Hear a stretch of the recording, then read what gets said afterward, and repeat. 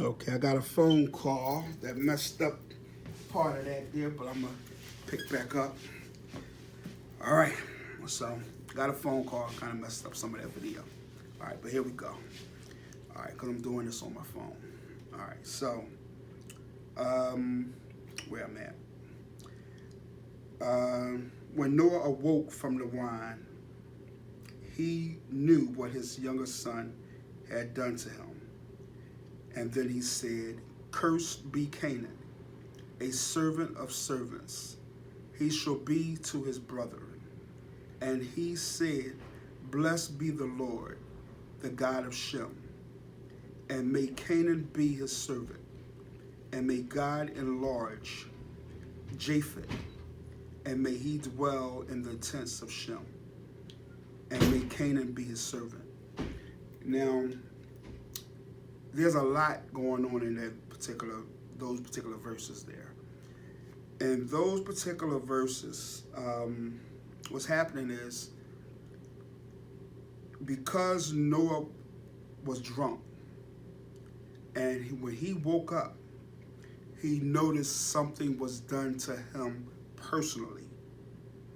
Now, because there was something done to Noah personally, verse number 24 of chapter 9, it says, "So Noah awoke from his wine and knew what his youngest son had done to him." So there was something done to Noah himself. Now, that could be he just felt like his son just disrespected him. It could be his son actually did something sexually to him. Those are possibilities. Those are not complete absolutes, but those are possibilities. Now, just so happened all this took place right after the flood, right after the rainbow was established as a covenant. So in other words, there's a possibility of a sodomizing act that was done to Noah by his own son right after the flood, and once a rainbow was given by God as a covenant to, I would not no longer destroy this earth by water. Now, the Canaanites, later on, they established a place called Sodom, which is Sodom and Gomorrah. Now, Sodom is a place where there was a lot of homosexuality going on at. It was a lot of stuff happening in there.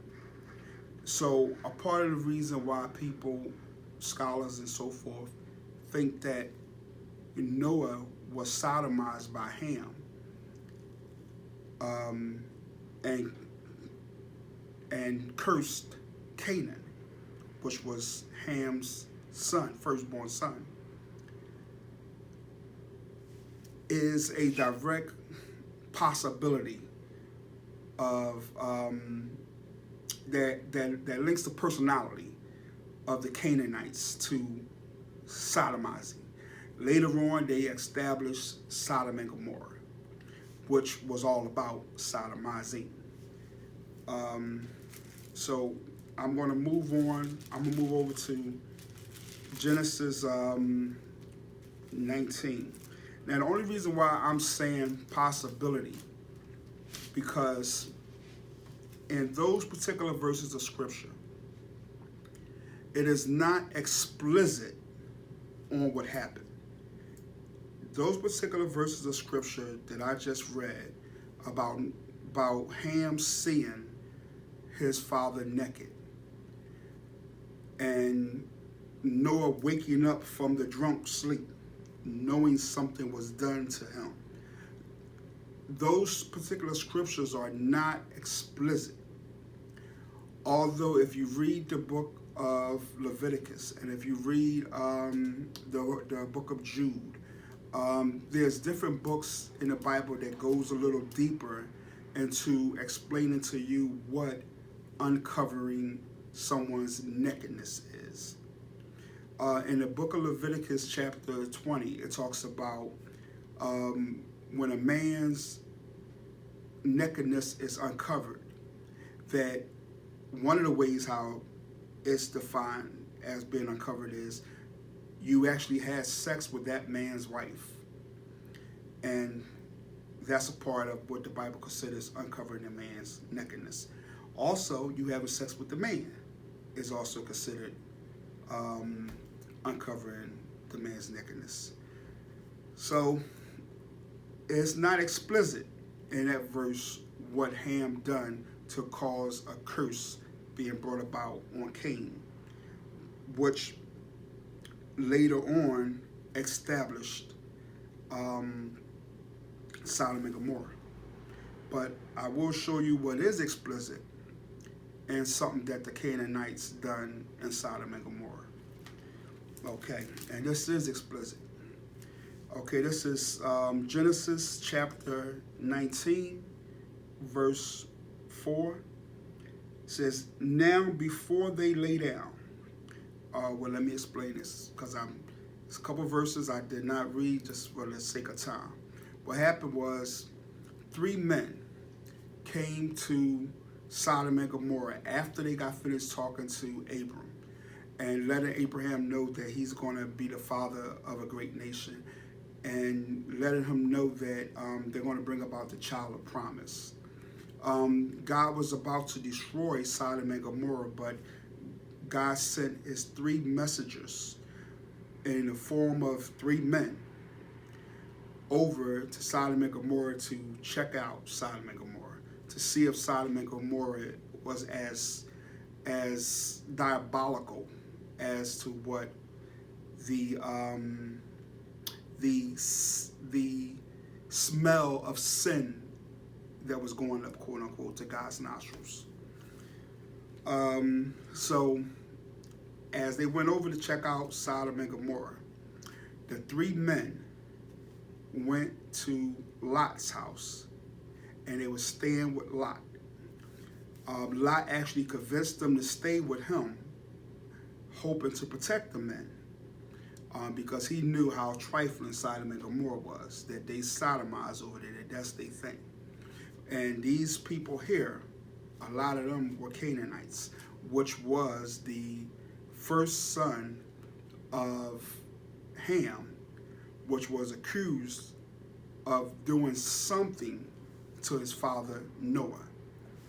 Okay, so this is what they was into over there, and this is explicit. It says, now before they lay down, the men of the city,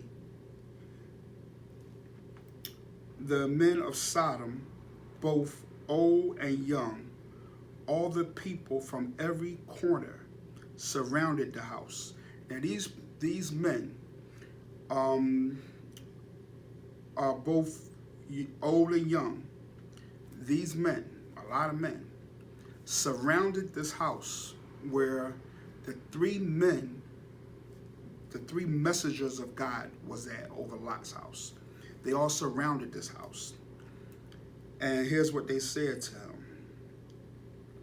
And they all called to Lot and said to him, where are the men who came to you tonight? Bring them out to us, that we may know them carnally.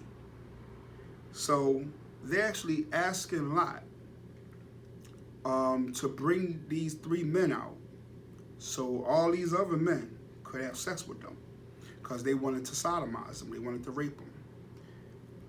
Okay, so verse number 6 of chapter 19.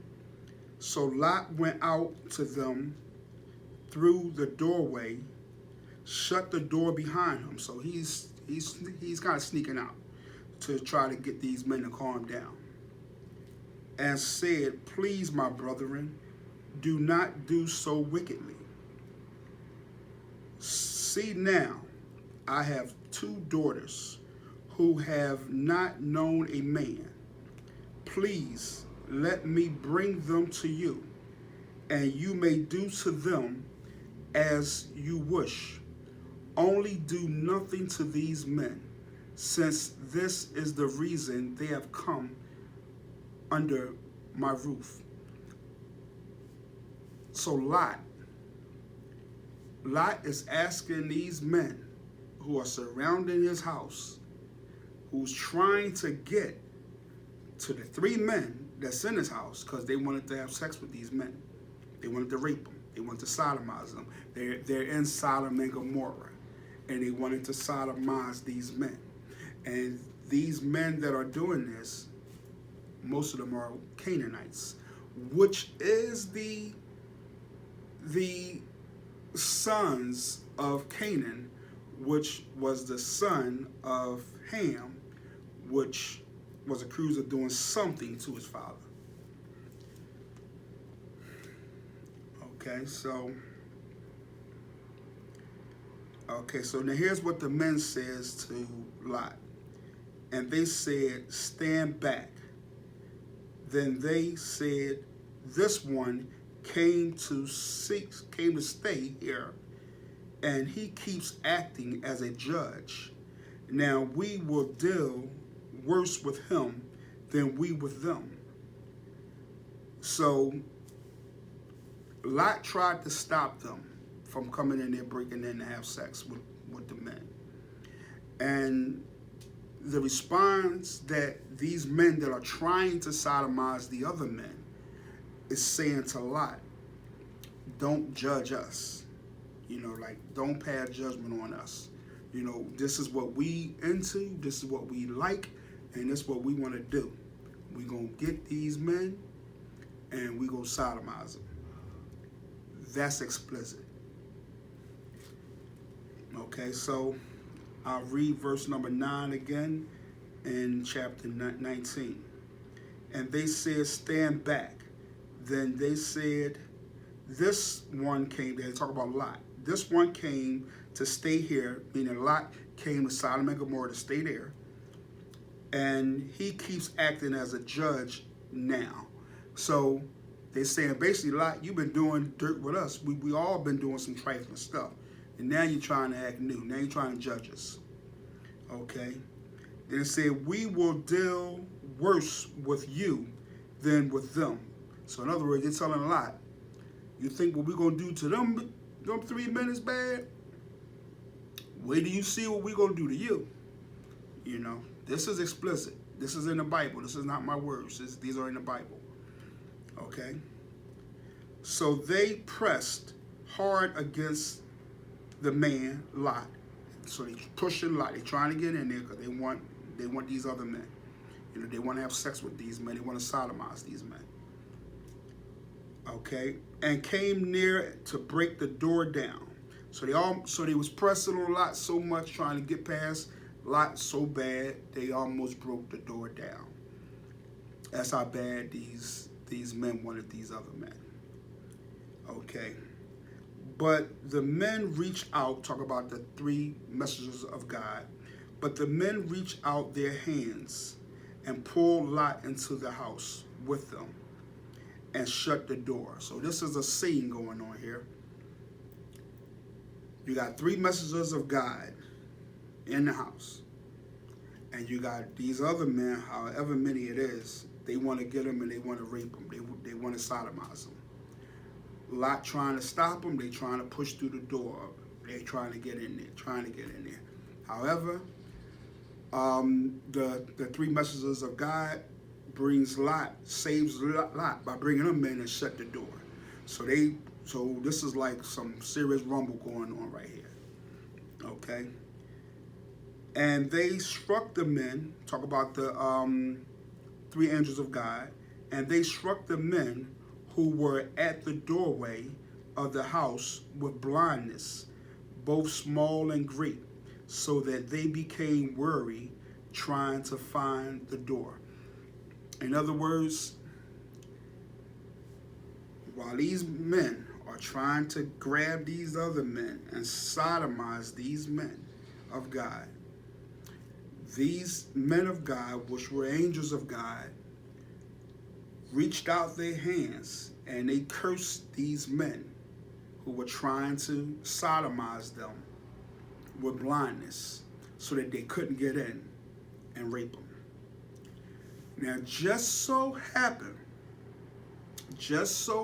here, a lot of these men that established Sodom and Gomorrah were Canaanites. Just so happened, Canaan was the first son of Ham, which were cursed by Noah because Ham did something to him. So there could be a direct correlation with that. You know, some scholars say that that's what went on over there in Genesis chapter 9, that is not as explicit as what's happening over here in Genesis 19. Me personally, I believe some of what those scholars they are saying, that it's a great big possibility that the first thing that took place after the flood and once the rainbow was established was the sodomizing of a father by a son. I believe that to be a possibility due to the actions of the Canaanites throughout Scripture and how they represented themselves, and the fact that they was cursed by Noah through what Ham done. However, the reason why I said before that there's a lot that was in that verse concerning the Hamites and concerning Shemites and Japheth. You have the Hamites, which populated Africa. This is where all black people in the African continents come from. We all come from the Hamites. The Egyptians and so forth, they're all direct descendants of the Hamites. God didn't use Noah to curse Ham. If Ham himself was cursed, that would have cursed all black people. I would have cursed all Egyptians, all Africans, everything. The whole nationality or nations as a whole of black people would be cursed. Now, the Ku Klux Klan uses that particular verse to support them saying that all black people are cursed, but that's not what happened. The Canaanites were cursed, not the complete lineage of the Hamites. Japheth, he later on populated what you would call parts of the Caucasus Mountains. Parts of the Caucasus Mountains is where we get like Russia and a lot of different nationalities of the quote-unquote white races. So this is where we get Caucasian from, the Caucasus Mountains. So within some of those verses, it does talk about how Canaan would serve Japheth. So the Ku Klux Klan has used verses like that as to say, well, this is why black people should serve white folks. However, the Canaanites serving Japheth and dwelling with the Shemites, which are considered the Israeli nations. Now, there's like a battle in the sense of, is the Israeli nations black, or is it just the Hamite nations black? Me personally, I believe both. I believe that the Shemites were black, as well as the Israeli nations, as well as the Hamites. Because there's a lot of intermarrying throughout the entire Bible of the Hamites and the Shemites. So Ham children continue to marry the children of Shem. So when it comes down to black nations or black nationalities, we are closely, completely, or however you want to call it, tied to the Shemites and Hamites. So, the only one that was cursed was the Canaanites. The Canaanites later on was completely destroyed throughout the Bible. So, the Canaanites were a very freaky people, you know. The last particular verse I'm going to share is Deuteronomy 22, verse 5. Here it says, a woman shall not wear anything that pertains to a man, nor shall a man put on a woman's garment, for all who do so are an abomination to the Lord your God. So, in this particular verse, it just deals with, there's a way how men supposed to dress, and there's a way how women supposed to dress. Now, I do know years ago people used to say things like, well, women shouldn't wear pants, women shouldn't wear pants at church, and things like that. However, that's something that, you know, that can be debated with some people, you know, if you want to debate that and use that particular verse of scripture to do so. Some people do debate that. However, I don't have to see a problem with women wearing pants. And I'm not sure that particular verse would completely condemn a woman wearing pants. However, certain things such as a woman putting on makeup and a man putting on makeup as far as like lipstick and painting their nails and things like that, I do think that's where the line gets crossed at. That's where a man shouldn't be looking like a woman. You know, shouldn't be like, wow, what is that, a man or a woman? You know, those are things that the Canaanites definitely, you know, partook in, that you didn't know what you was looking at. You know, and there was a lot of triflingness going on when it comes to Sodom and Gomorrah. And just so happened, you know, the LGBT and all of the people there, they use the rainbow as a symbol for what they do. And it's just shocking to me, even when I look at scripture, that I see that a possible sin that took place right after the rainbow was established as a covenant was the possibility of a son sodomizing his father. Maybe that's one of the reasons why the LGBT and them use the rainbow as a symbol. I don't know, but those are possibilities. And I'm done. Unfortunately, I had to do a two-part to this because I got a phone call that messed up the first video. So I'm out.